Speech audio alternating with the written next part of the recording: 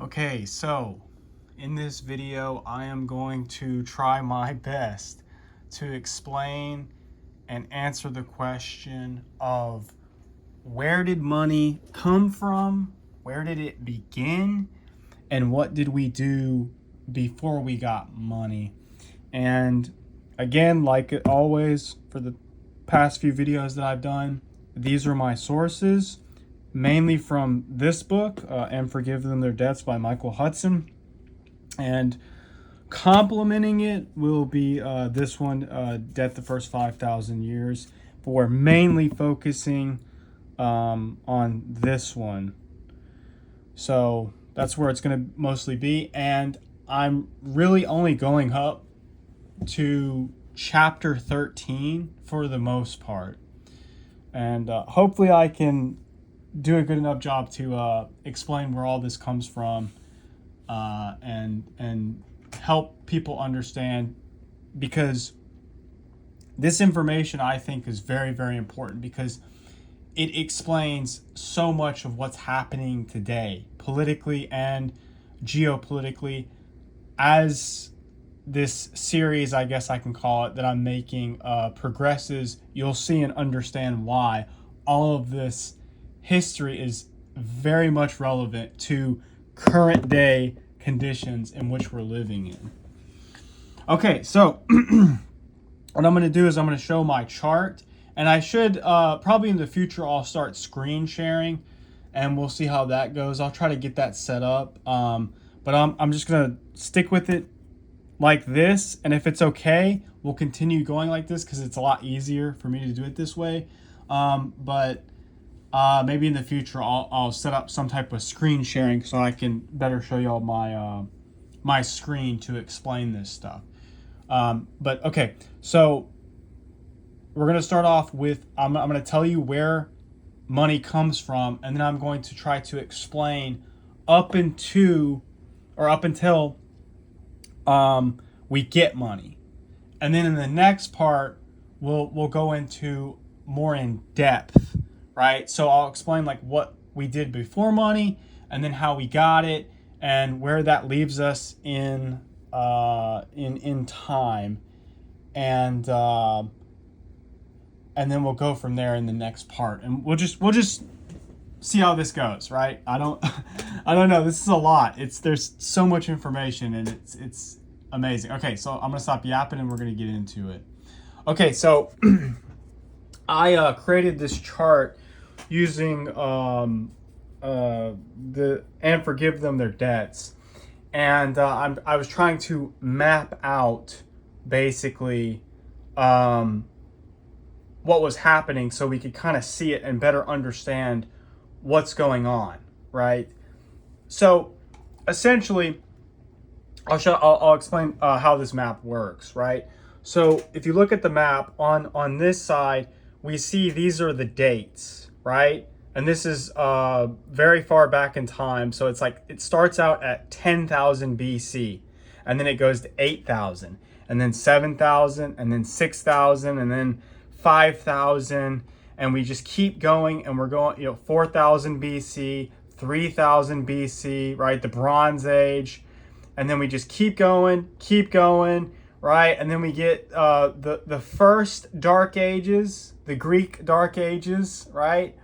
A lot of people don't know about this time period. Very, very important. And I marked it in blue, right? So these are the first Dark Ages. And then we get into 800 BC. Now we're getting into Roman times, right? Where Rome starts.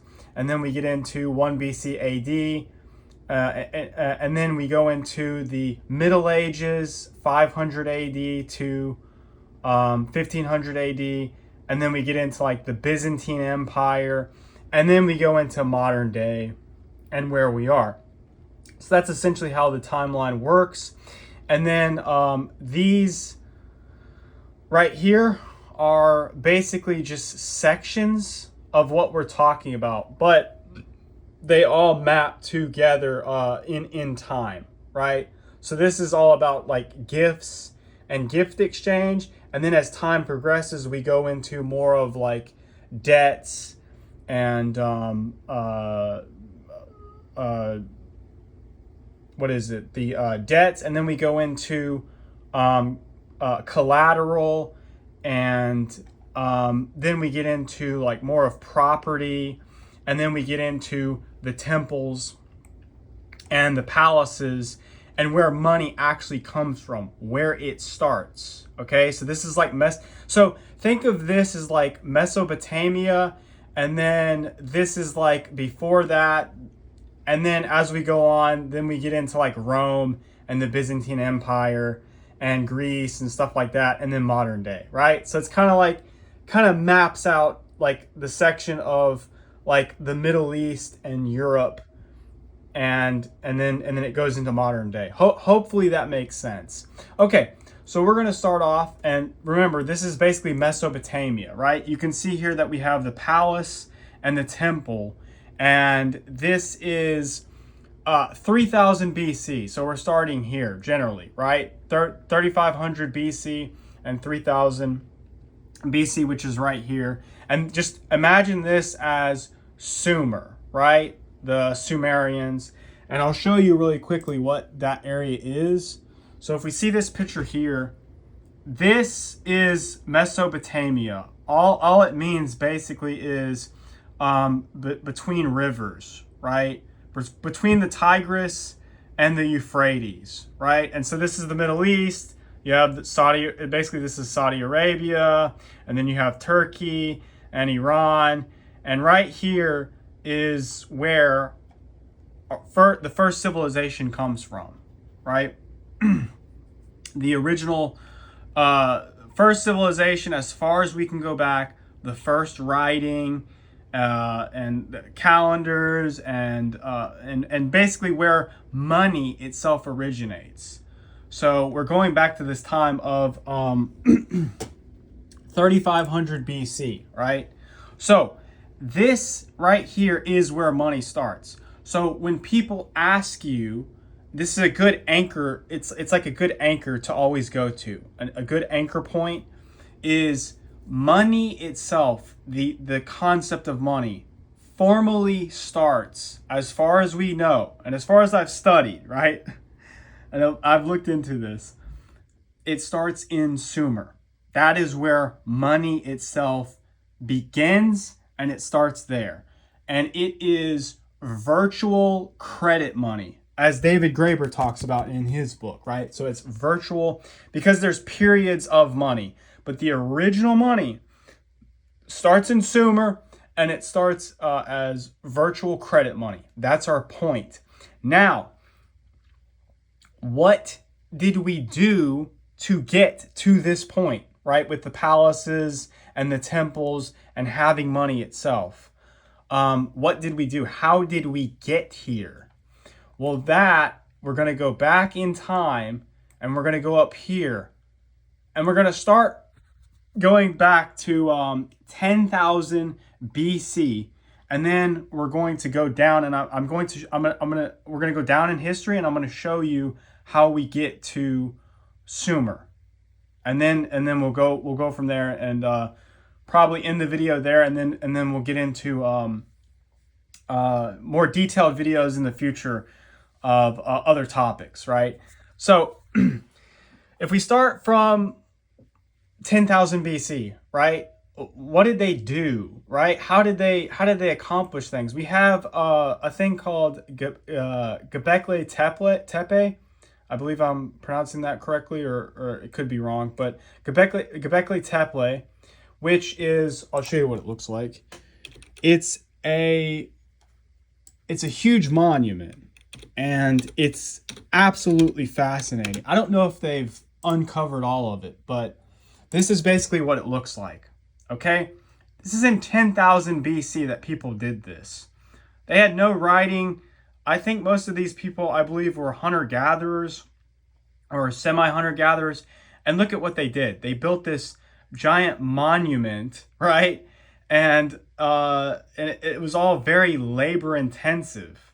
Well, the explanation for that is that we started off with just free labor, right? It was completely free labor, and I've got my sources here, so anybody that wants to can fact check this.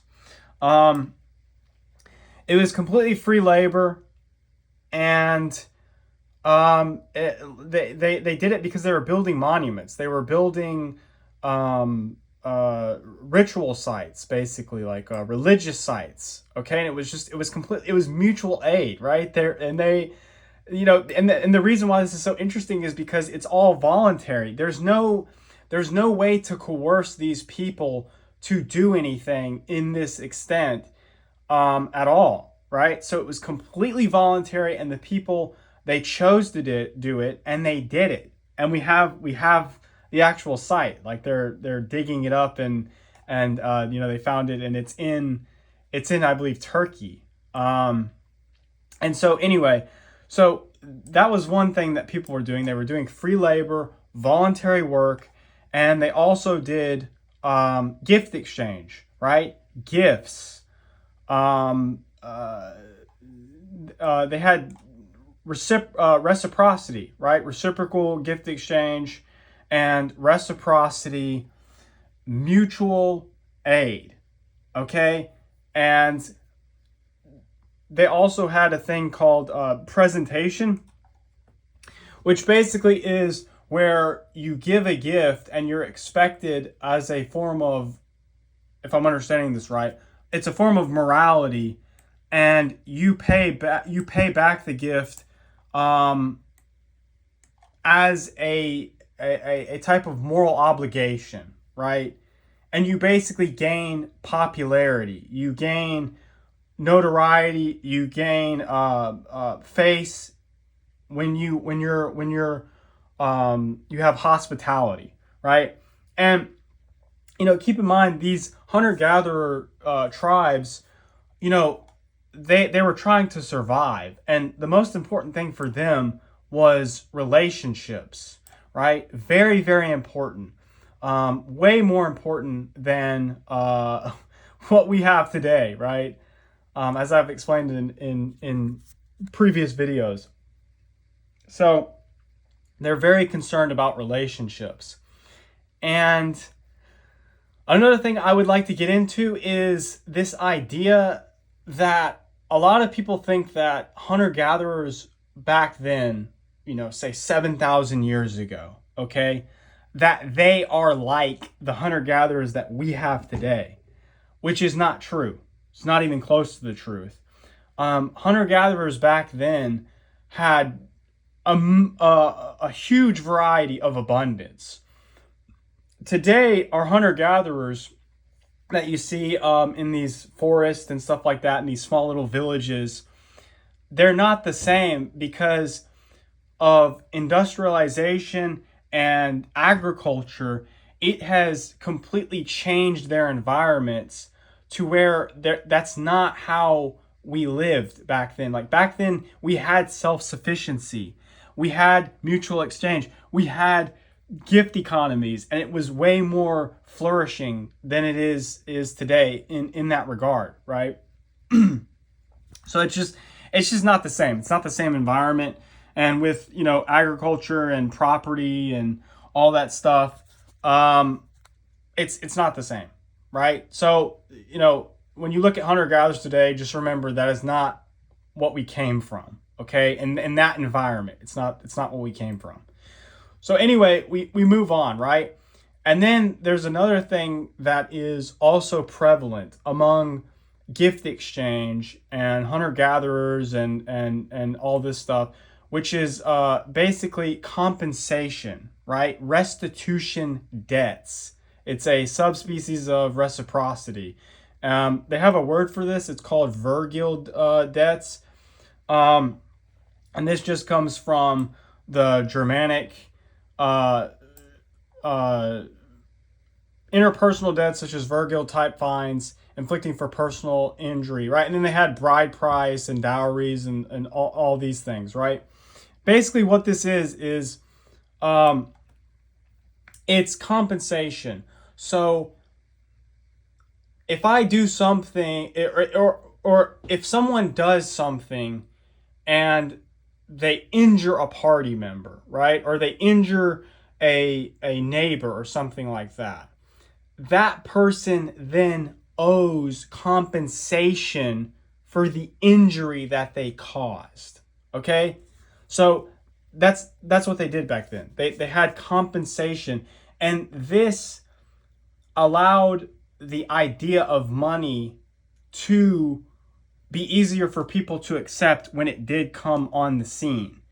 But this in itself is not money, it's just compensation, right? And this led to proto means of money, right? Because what ended up happening was they would use these standardized means of payment to pay off these debts inflicted on people, because the tribes wanted to keep relationships with each other connected, right? And so when people get into fights and they get into feuds, their whole understanding was, well, we have to take revenge on this person. And so to keep that from happening, they created these systems to allow people to pay debts to mitigate these feuds, right? And then the next thing that they did to ensure that these payments got paid, they would have collateral, right? So what they would do is, if someone injured a person, say they got into a fight, right? They get into a fight, they injure someone, and now that person that injured the other person, they owe a debt. And so what they would do to make sure he pays that debt is they would take collateral, right, away from that person to put him in a situation to where, to get that back, he has to pay his debt, right? Because he injured the person. So it makes sense. All of this stuff makes sense in terms of morality, right? In a way, right? It's like, it makes sense when you think about it. It's, you injure someone, we don't want a feud, you have to pay a debt to make up for this feud. We're going to take something from you so you pay that debt and you don't just run off and like forget it or whatever, right? And that's what would happen. Now, it's very important to understand that this collateral that was taken, you're not taking away the person's means to live, okay? They can still live. They still have self-sufficiency. They can still live and survive. It's just a way to put pressure on them to pay their debt, right? Because they did something wrong. And there was a lot of different ways that you could get in trouble for injury caused, right? They could excommunicate you. They could take some cows or some sheep or whatever, right? And then that would force you to pay whatever it was to alleviate what you did wrong, right? So it makes, in a way, it makes sense intuitively. It's like, yeah, it makes sense, right? So you do something wrong, now you have to pay the debt. And so now we're going to get into how this goes into Mesopotamia. So these debts, all of this is generally what we find in tribal communities. We have mutual aid, self-sufficiency, volunteering, and Vergil type fines for people getting into fights. This was also in Mesopotamia. So now we get into Mesopotamia, and then we're going to get into how and why we have money. And like, how does this translate into money? So we have to understand that in Mesopotamia, right? So where they're at in the world requires them to need trade because of where they're at. So let me go back to that where Mesopotamia is. And hopefully this all ties in. It all makes sense. So if we go back to Mesopotamia, where they're at, this area had no natural resources like wood or stone or metal, right? So that causes them to need to trade, right? Because of this area that they're in. They have to trade. And the reason why they need wood and stone and iron is to build their temples and their monuments and their infrastructure that they rely on because of where they're at, right? Everybody else, all these other people around there, they didn't have to do that, right? They were self-sufficient. They had, in like Europe and stuff like that, they had wood and stone and all this stuff, right? But here they don't. So they have to go into trade. And when we go back here, Mesopotamia, it starts off as these chiefdom households, and they become temples over time. And what they did is, just like I talked about over here, right? To get face, to get reputation, right, from people, what would you do? You would bring people into your household. So the chiefdoms in Mesopotamia would bring people into their household and have them work on projects. They would be like orphans and widows and people that are sick. They would bring them into their household and have them make stuff, right? And so now you can see how this type of economy, this type of structure is starting. And remember where they're at, right? They have to have trade. So they're gaining face.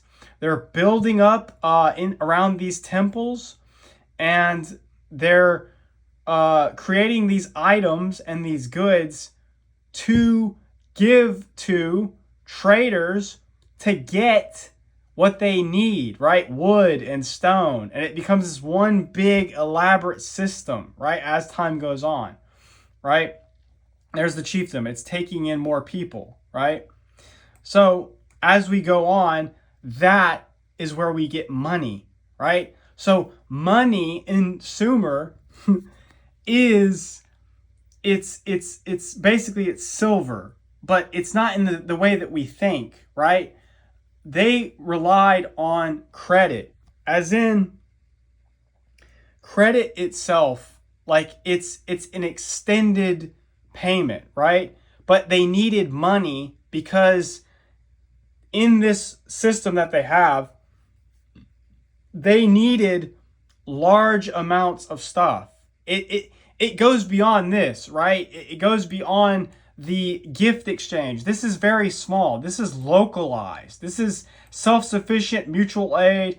It's not big at all. They're focused on survival, but it evolves over time into a giant organism, into a giant thing where now you have a huge temple, a huge palace, and then you get fees and taxes and the creation of money itself. And so based on my understanding, at least if I have this correct, money itself, like the silver that they would use, they would weigh out how much they would the amount of grain that they would give to their workers, right? Because the workers needed grain to eat and use or whatever, right? And so they would use the silver to weigh out how much they owed, and then they would calculate all this stuff at the end of the year, right? And this is where they would do this on the threshing floor at the end of the year. And so you would accumulate debt all throughout the year, and then you would pay that debt through your harvest, right? And so the temples are creating things, right, to give to the merchants, and the merchants would give them in return wood and steel and ore and stone, etc., etc. But the money itself is created in Sumer like for the workers itself. Money doesn't come from barter, right? And that's a huge thing that David Graeber talks about in his book. Money did not originate from barter. It's not we're bartering and then we create money. Money itself, it comes from the bureaucracies in Sumer that created it as a concept, as means of payment, as to settle one's debts that you have. And then we have a whole nother thing with like property. So the temple would give property in exchange for them working for the palace and temple, and etc. And so that's why property back in ancient times was very, very important, because it was all about agriculture. And so you can see how this all connects together. It all comes together from thousands of years ago. And this all starts because of the context in which Sumer is, right? Mesopotamia, it's where it's at. Other civilizations, such as the Inca and the Mayan and the Aztec, as far as my research goes, they didn't have this type of money, right? They didn't have this type of economics, right? Because they're self-sufficient. The Inca Empire had no money because of where they're at. They had self-sufficiency. They had food. They had resources. They had trees. They had all this stuff, all gold and silver, etc., etc. But Mesopotamia didn't. It's because they needed the trade. That's why they created the money. That's where money comes from. It comes from here. And the only way to get money and make it legitimate is you have to have these large institutions, right? The palace and temple institutions creating this stuff as a way to keep track of what people are owed when creating stuff to give to the merchants, right? And then I think in the next few videos we'll go into more in depth, but I think that's a good place to leave it there. Hopefully that wasn't too confusing. And then we'll get into interest and all this other stuff, because there's just so much stuff. And then we'll go down into the modern day, and throughout Rome and the Dark Ages and stuff like that. But hopefully that answers the question of where all this came from. And if anybody has any more questions about it, they can just drop them in the comments or in the post. And hopefully that explains it all. And then we'll leave it there, and we'll pick it up in the next video. So thanks.